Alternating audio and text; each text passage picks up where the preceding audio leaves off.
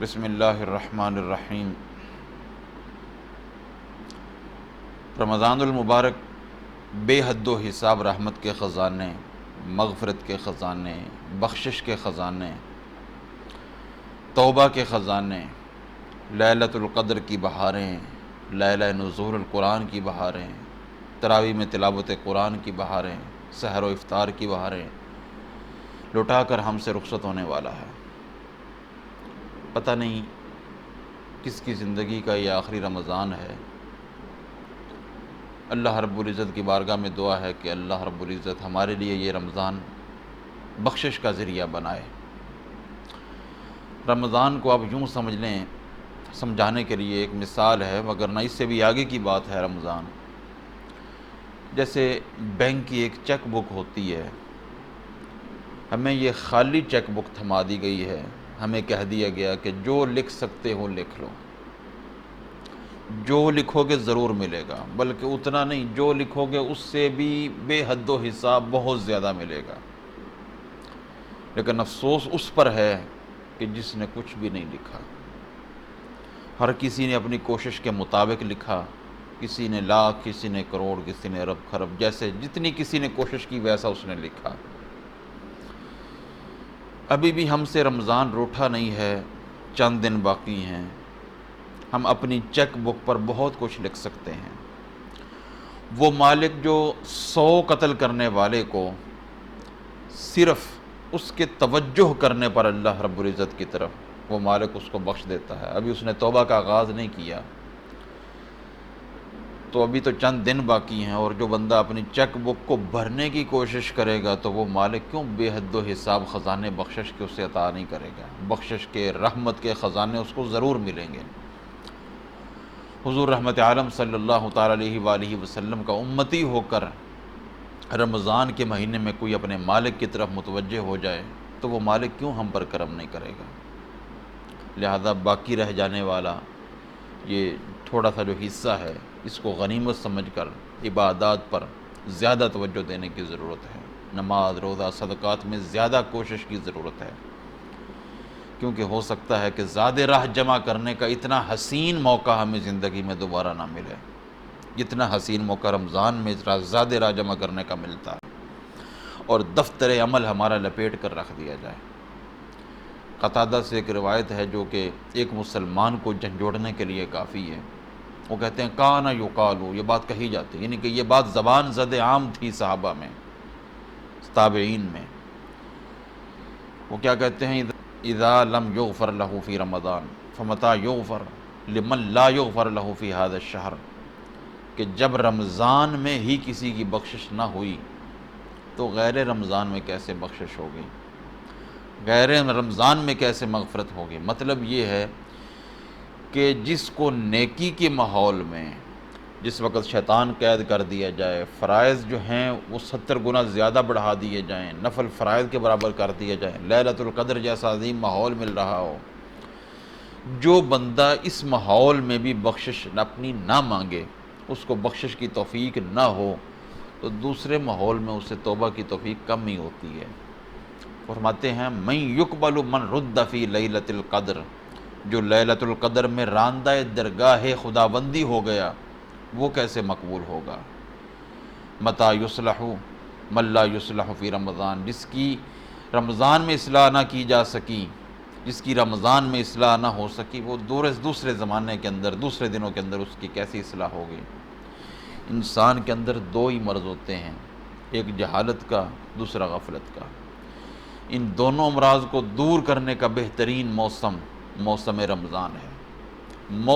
موسم رمضان اگر ایسے ہی گزر گیا تو بعد میں ہلاکت ہے۔ اسلاف نے ایک مثال سے اس بات کو سمجھا دیا، کہتے ہیں کہ جو درخت پھل نہ دے اسے کاٹ دیا جاتا ہے، آگ میں جلا کے راکھ کر دیا جاتا ہے۔ تو جو بندہ رمضان میں کوشش نہ کرے تو اس کا درخت پھل کیسے دے گا؟ کسی بھی بیج سے پھل لینے کے لیے خاص موسم کے ساتھ ساتھ زمین میں ہل چلانا پڑتا ہے، پانی لگانا پڑتا ہے، بیج ڈالنا پڑتا ہے، اور پھر حفاظت کرنی پڑتی ہے۔ رمضان المقدس نیکیوں کا پھل لگانے کا بہترین موسم ہے۔ اس مہینے میں اللہ کے بندے اپنی ایمانی زمین کو روزے رکھ کر اس میں ہل چلاتے ہیں، تراویح قرآن پڑھ کر پانی لگاتے ہیں، صدقات کی کثرت کر کے اس میں بیج ڈالتے ہیں۔ جو بندہ اس وقت ہل نہ چلائے، جس وقت ہل چلانے کا موسم تھا، اس وقت پانی نہ لگائے جس وقت پانی لگانے کا موسم تھا، اس وقت انفاق فی سبیل اللہ کا بیج نہ ڈالے جس وقت ڈالنے کا موسم تھا، تو کٹائی کے دن اسے کیا ملے گا؟ اور یہ بھی یاد رہے کہ ہل چلا کے، پانی لگا کے، بیج ڈال کے بے فکر ہونا نہیں چاہیے۔ کٹائی کے دن تک اس پودے کی فکر کرنا ضروری ہے۔ کٹائی کا دن یوم آخرت ہے، اس دن تک، عاقبت تک، برزخ تک اس کی فکر کرنا ضروری ہے۔ کہیں ایسا نہ ہو کہ مختلف قسم کے کیڑے مکوڑے حملہ کر کے اس کو اندر سے کھوکھلا کر کے رکھ دیں۔ اگر اندر کے دشمن نے حملہ کر دیا تو یہ جو پودا نیکیوں کا ایک وقت تک نظر آتا ہے، لیکن پھر یہ نظر بھی نہیں آتا۔ اندر کے دشمن سے مراد میری یہ ہے ریاکاری کا، حسد کا، کینہ کا، تکبر کا۔ یہ دشمن اندر کے دشمن ہیں۔ یہ دشمن جو اندر کے دشمن ہوتے ہیں، یہ بظاہر پودا نظر آتا ہے لیکن اندر سے کھوکھلا ہو چکا ہے اور پھر وہ پودا نظر نہیں آتا۔ اسی وجہ سے کتب رقائق میں یہ بات موجود ہے کہ کان السلف الصالح یجتہدون فی اتمام العمل و اکمالہ و اتقانہ ثم یہتمون بعد ذلک بقبولہ و یخافون من ردہ۔ اسلاف عمل کو مکمل کرتے تھے لیکن ان کو زیادہ فکر عمل بچانے کی لگ جاتی تھی۔ عمل کرنے سے زیادہ اتمام عمل میں وہ کوشش تو کرتے تھے لیکن ثم یہتمون بعد ذلک بقبولہ و یخافون من ردہ، یہ فکر لگ جاتی تھی ان کو کہ پتہ نہیں قبول بھی ہوا ہے یا نہیں ہوا۔ مولا کائنات سیدنا علی المرتضیٰ شیر خدا کرم اللہ وجہہ الکریم سے انما یتقبل اللہ من المتقین کی تفسیر میں ایک قول موجود ہے۔ وہ فرماتے ہیں کونوا لقبول العمل اشد اہتماما منکم بالعمل الم تسمعوا ان اللہ عز وجل یقول انما یتقبل اللہ من المتقین۔ وہ فرماتے ہیں کونوا لقبول العمل، قبول عمل کی فکر زیادہ کرو۔ یہ اشد اہتماما منکم بالعمل، عمل سے زیادہ قبول عمل کی تمہیں زیادہ فکر ہونی چاہیے۔ کیا تمہیں اللہ نے یہ نہیں سنا کہ اللہ تو متقین سے ہی قبول کرتا ہے؟ یعنی صرف یہ نہیں ہے کہ جو کر لیتا ہے اس سے قبول کر لیتا ہے، اللہ متقین سے قبول کرتا ہے۔ بعد سلف کے بارے میں آتا ہے کہ کانوا یدعون اللہ ستۃ اشہر ان یبلغہم شہر رمضان ثم یدعون اللہ ستۃ اشہر ان یتقبلہ منہم۔ 6 ماہ تک تو یہ دعا کرتے رہتے کہ اے اللہ ہمیں رمضان کی عظیم بہاریں نصیب ہو جائیں، رمضان مل جائے۔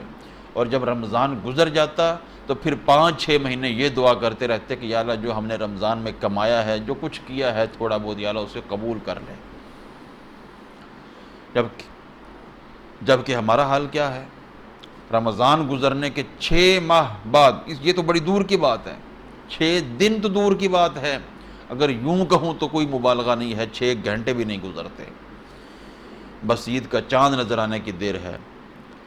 الیکٹرانک میڈیا، سوشل میڈیا پر بے حیائی کی شیطانی فوجیں حملہ آور ہو جاتی ہیں۔ بازار ہوں یا گھر، محسوس ہی نہیں ہوتا کہ ہمارے اندر رمضان کے چند اثرات بھی باقی رہ گئے۔ اگر رمضان گزرنے کے 1 گھنٹے بعد بھی ہم نے اپنے اندر رمضان کی برکات نہ لیں، بلکہ شیطان گلیوں بازاروں میں ناچتا نظر آیا، تو ہمیں یہ سوچنا پڑے گا کہ ہم نے پھر رمضان سے کیا لیا۔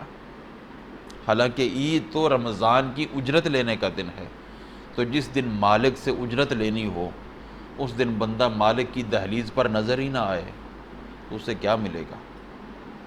اس رات کو، یہ جو عید کی رات ہے، اس رات کو حدیث کی زبان میں لیلۃ الجائزہ کہا گیا ہے، یہ کہ یہ انعام کی رات ہے، اور اس کے بعد آنے والا دن انعام کا دن ہے۔ فَإِذَا كَانَتْ غَدَاةُ الْفِطْرِ بَعَثَ اللَّهُ الْمَلَائِكَةَ فِي كُلِّ بَلَادٍ فَيَهْبِطُونَ إِلَى الْأَرْضِ فَيَقُومُونَ عَلَى أَفْوَاهِ السَّكَكِ، کہ جب غدات فطر عید کا دن آتا ہے تو اللہ ملائکہ کو ہر شہر میں، ہر گلی راستے کے سرے پر کھڑے کر دیتے ہیں، وہ کھڑے ہو جاتے ہیں۔ فَيُنَادُونَ بِصَوْتٍ يَسْمَعُ مِنْ خَلْقِ اللَّهِ إِلَّا الْجِنَّ وَالْإِنسُ، وہ ندا لگاتے ہیں بِصَوْتٍ يَسْمَعُ مِنْ خَلْقِ اللَّهِ إِلَّا الْجِنَّ وَالْإِنسُ، جن و انس کے سوا اللہ کی ساری مخلوق سنتی ہے۔ وہ کہتے ہیں یا امت محمد اخرجوا الى رب کریم یعطی الجزیل ویعفو عن العظیم، اے امت محمدی اپنے رب کی طرف نکلو، یعطی الجزیل، وہ بے حد و حساب عطا کرنے والا ہے، وہ عظیم بڑے بڑے قصور جو ہے وہ معاف کرنے والا ہے۔ فَإِذَا بَرَزُوا إِلَىٰ مُصَلَّاهُمْ، جب لوگ عیدگاہ کی طرف نکلتے ہیں تو اللہ پھر ملائکہ سے کہتا ہے مَا جَزَاءُ الْأَجِيرِ إِذَا عَمِلَ عَمَلَهُ، کیا بدلہ ہے اس مزدور کا جو اپنا کام پورا کر چکا ہو۔ اس سے معلوم ہوا کہ عید ہوتی ہی اس کی ہے جس نے اپنا کام پورا کیا ہو، یا پورا کرنے کی کوشش تو کم از کم کی ہو، کیونکہ یہ لائلۃ الجائزہ ہے، یہ انعام کی رات ہے، جزا اور انعام اسی کو ملتا ہے جو اپنا کام پورا کر لے۔ تو ملائکہ کہتے ہیں الہنا و سیدنا، بدلہ یہ ہے کہ ان کو ان کی پوری مزدوری دی جائے، پورا انعام دیا جائے۔ تو پھر اللہ رب العزت فرماتے ہیں وَإِنِّي أُشْهِدُكُمْ یا ملائکتی، اے ملائکہ میں تمہیں گواہ بناتا ہوں، انی قد جعلت ثوابهم من صیامهم شہر رمضان وقیامہ رضائی و مغفرتی، کہ میں نے ان کو رمضان کے روزوں کے، رمضان کے قیام کے بدلے میں کیا دیا ہے؟ رضائی و مغفرتی، اپنی رضا اور اپنی مغفرت عطا کر دی۔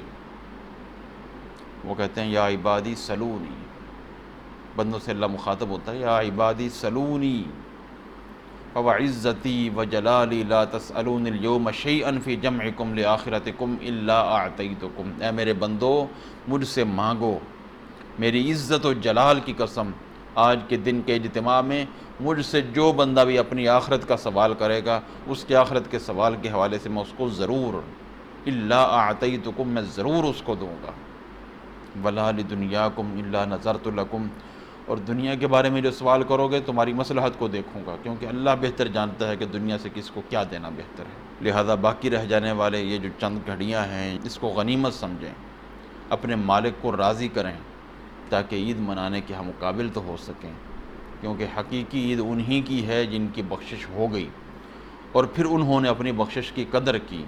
اللہ رب العزت کی بارگاہ میں دعا ہے کہ اللہ ہمیں عمل کی توفیق نصیب فرمائے۔ وما علی الا البلاغ۔